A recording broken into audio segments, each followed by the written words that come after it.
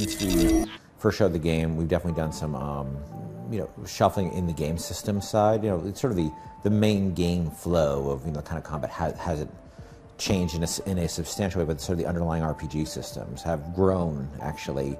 You have the gear system, which was something new, and we decided we wanted a bunch of systems that were all quite different from each other, and we ended up thinking the nostrums were too similar to some other systems.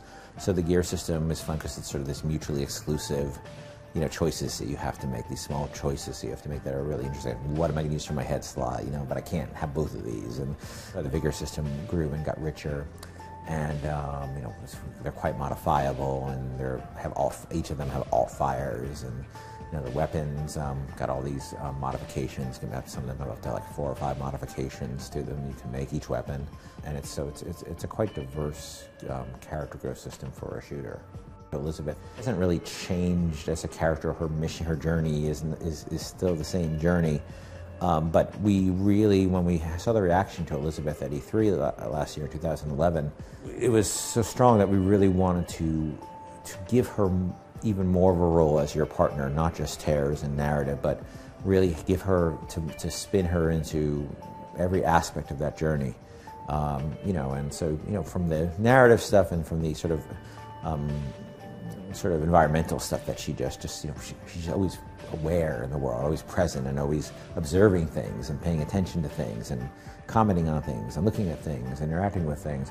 But in combat, well, we wanted to expand her role, and we thought that there's a bunch of things, and like people would say, oh, well, we give her a gun, and I never want to do that. We never want to do that because that's just what the player does, and we really want to make sure all her things she did for you were quite different from things you did.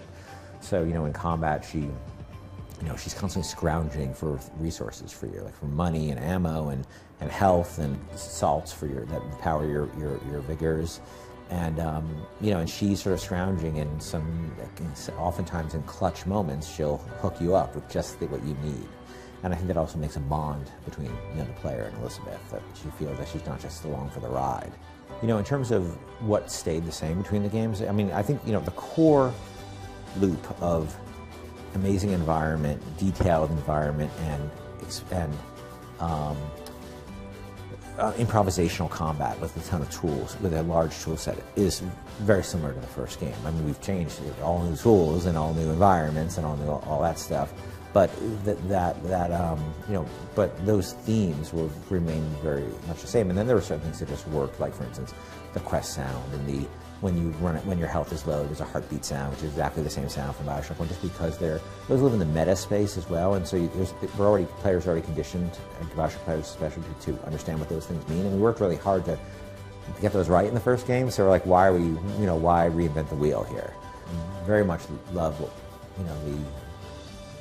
that part of BioShock that with the little sisters, but we felt we had sort of, and the problem with it was sort of the same choice 22 times over. It was still, I thought, it was still a powerful component of the game.